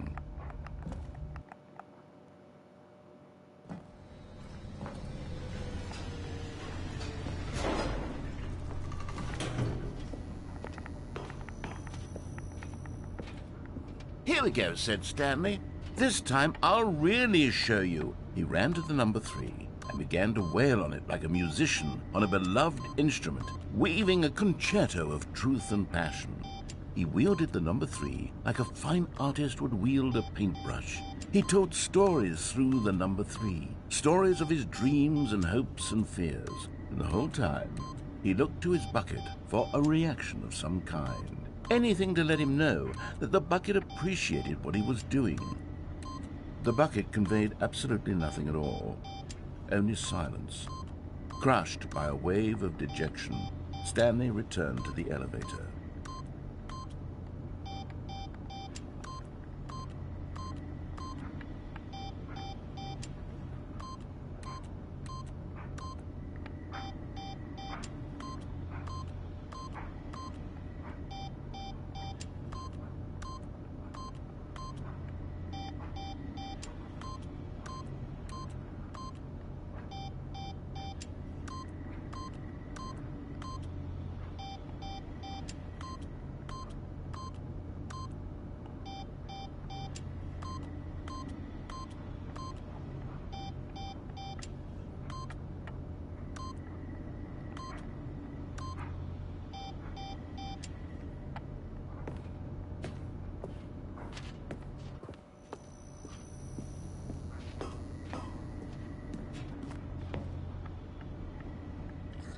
Stanley and the bucket were so close. They'd always been there for one another. Why suddenly could the bucket not connect with this passion of Stanley's? The question caused Stanley to ruminate the whole way down the elevator. He knew that there must be a way to get through to the bucket, to communicate fully with his dear friend. Surely there was a solution, mustn't there be?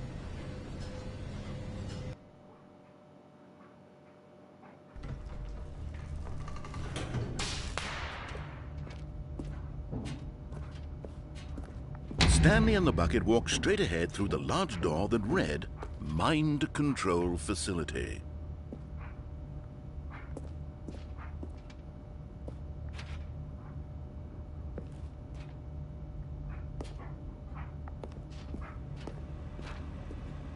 Although this passageway had the word escape written on it, the truth was that at the end of this hall, Stanley and the bucket would both meet a violent death. The door behind them was not shut. Stanley and the bucket still had every opportunity to turn around and get back on track.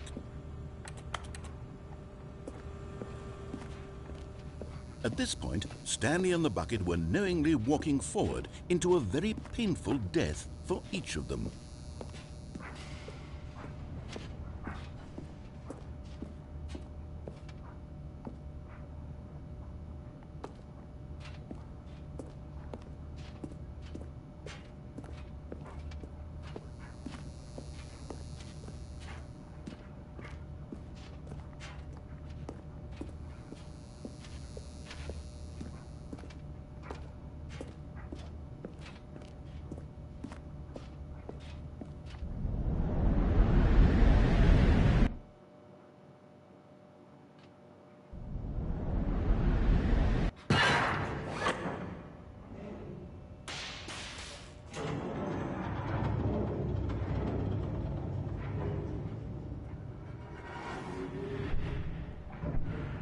As the machine whirred into motion and Stanley and the bucket inched closer to their demise, Stanley reflected on how meaningless the bucket's warmth and comfort had turned out to be. To be sure, it puts the mind and the soul at ease to embrace the bucket, but what use is a sense of ease when you're about to be crushed to death? This is what Stanley thought to himself, and he sort of kicked himself for wasting so much time carrying a bucket everywhere. Farewell, Stanley.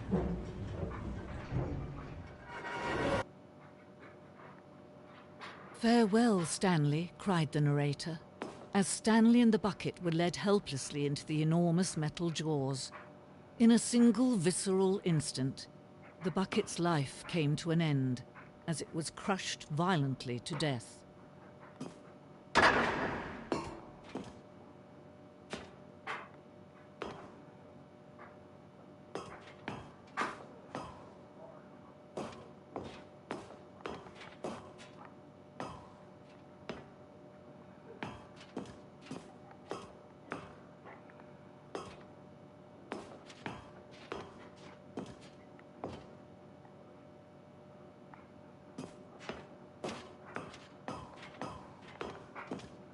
It was a shame, the death of such a magnificent bucket.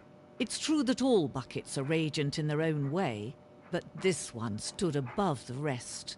It was a glorious bucket to behold.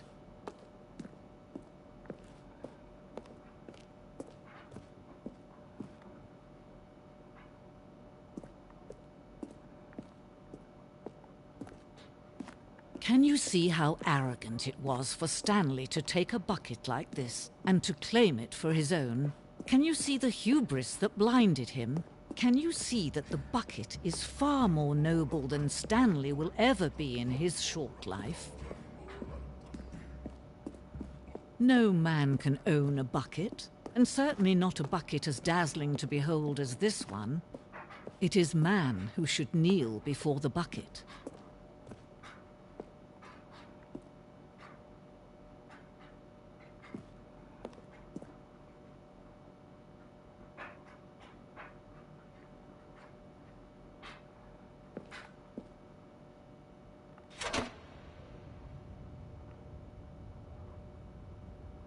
But there is something we can do together, you and I, that will right this terrible wrong.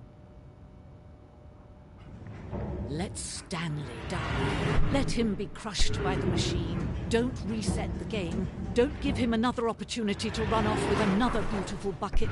We can save the world's buckets from their treatment as tools and implements if only we let Stanley die together. The bucket shall take its place as ruler, as leader, as commander of a new world, a new vision.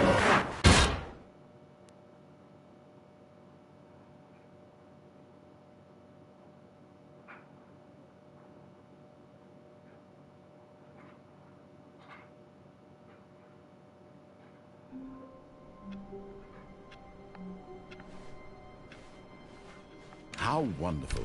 Stanley was alone. Finally. This is great, he thought to himself. This is what I've wanted all along. I got what I wanted.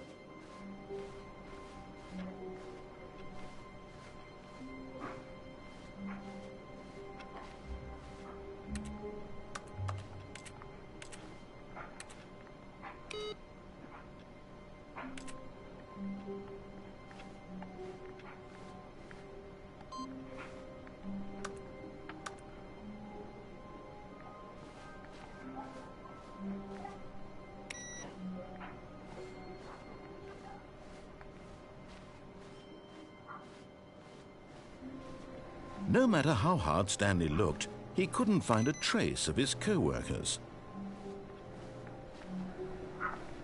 Stanley went around touching every little thing in the office, but it didn't make a single difference, nor did it advance the story in any way.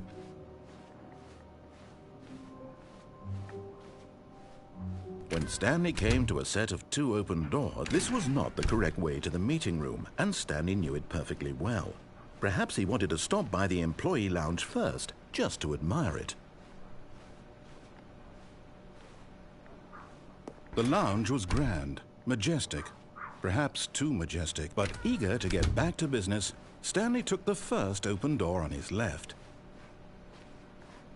And so he detoured through the maintenance section, walked straight ahead to the opposite door, and got back on track.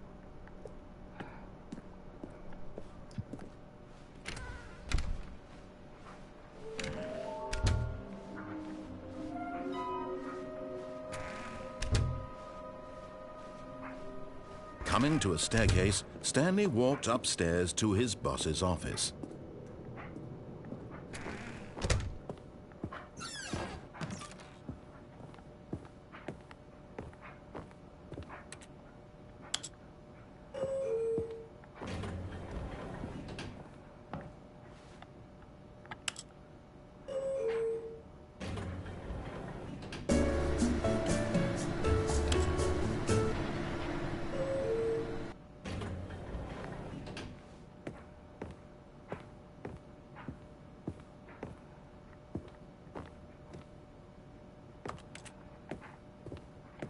Stepping into his manager's office, Stanley was once again stunned to discover not an indication of any human life.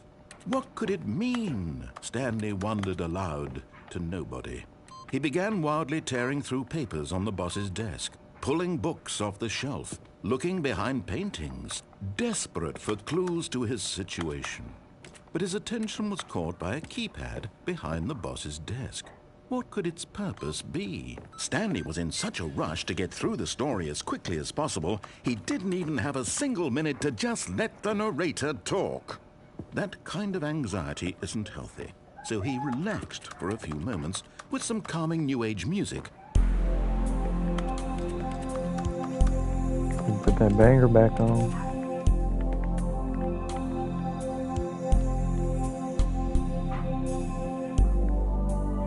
Feeling soothed and rejuvenated, Stanley calmly walked forward into the opened passageway.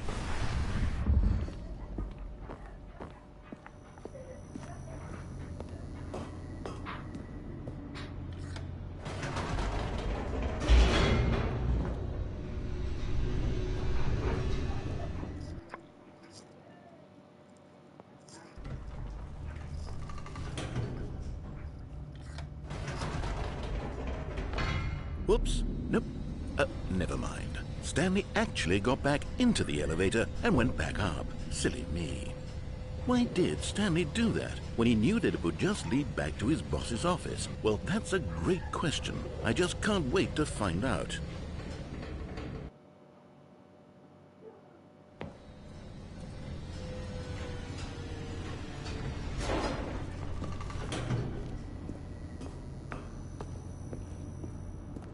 Here we are, Stanley. It's your boss's office. Exactly the way it was before you got onto the elevator. It's still just exactly what it is. What a decision you've made to come up here and look at the office again. This has fleshed out the plot of the story in new and fascinating ways I could have never anticipated. It's that keen eye for storytelling that you have, an incisive rapid fire of critical plot points, one after the other, weaving a rich tapestry of uncompromising narrative. Wow! I'm bolted to the edge of my seat.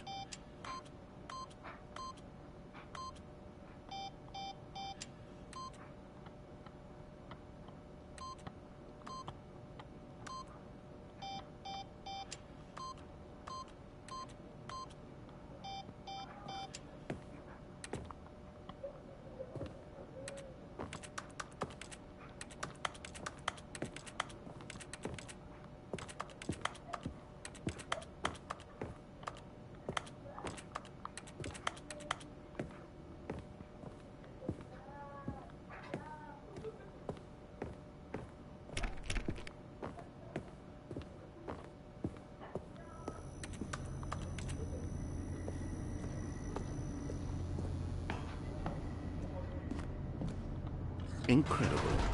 Now he's getting back into the elevator and going down again. Ladies and gentlemen, how does he keep coming up with all of this? Surely this time Stanley will walk forward into the spooky corridor, won't he?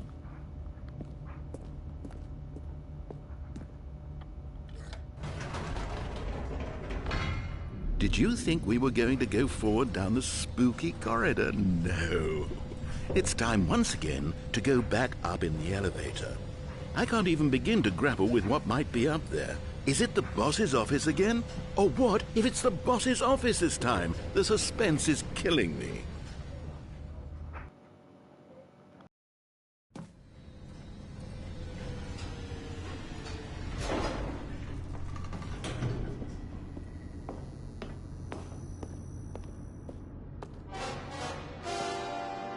Oh my God, it's the boss's office. This absolutely changes everything for me. Give me a time out here for a minute while I process this.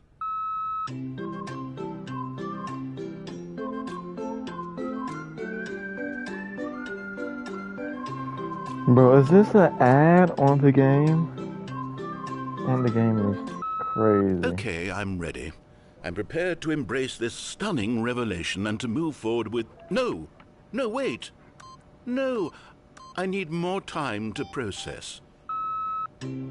Oh my God.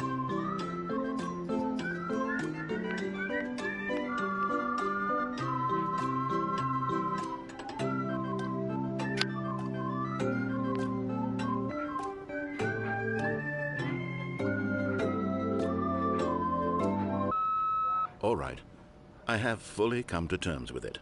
I have made space in my worldview for this astonishing new reality. As before, I turn to your expert eye for gripping narrative, Master Stanley.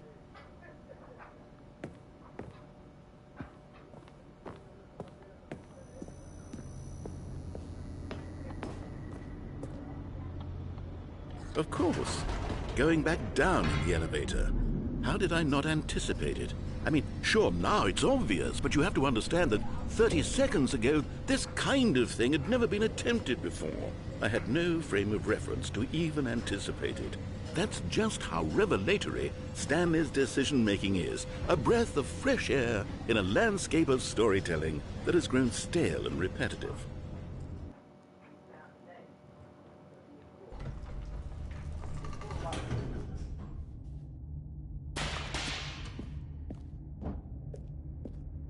Stanley walked straight ahead through the large door that read Mind Control Facility.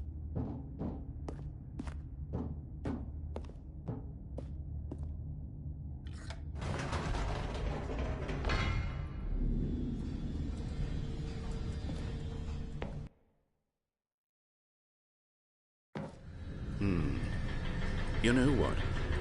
I've just thought of something. Hold on, let's stop for a moment. Don't you realize? It's the anticipation, Stanley. You and I, we have no way of knowing what will be at the top of this elevator. But the suspense, the agony of waiting and anticipating and having to guess, that's the real thrill. Oh, I simply don't want to let that feeling go. It's so precious, so fleeting. Why don't we take this elevator ride nice and slow? There we go.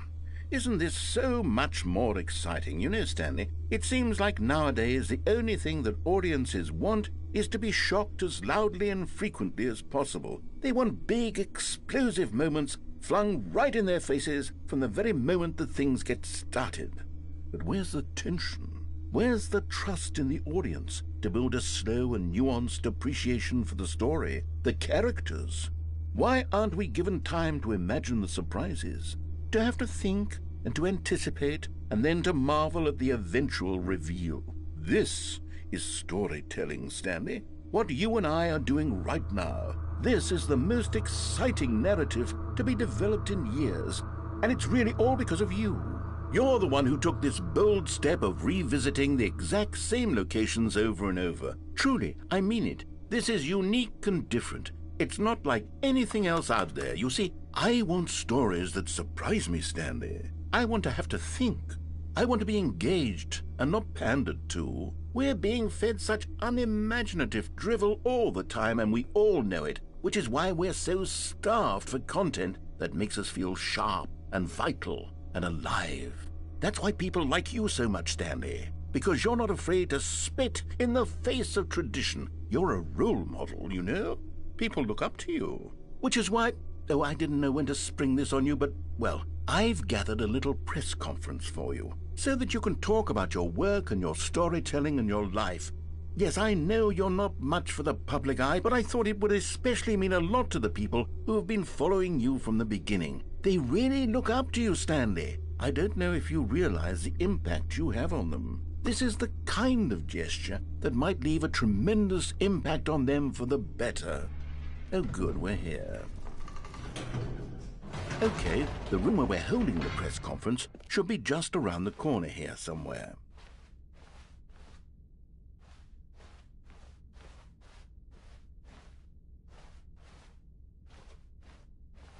Ah, yes, here it is, just through this door. All right, are you ready? I've told them you're going to speak a little bit about the nature of surprise in storytelling and what it means to craft a truly unpredictable narrative. Oh, don't worry, you'll do great. Just be yourself and speak from the heart. I'm really proud of you, Stanley. Okay, it looks like they're ready for you. Go get them.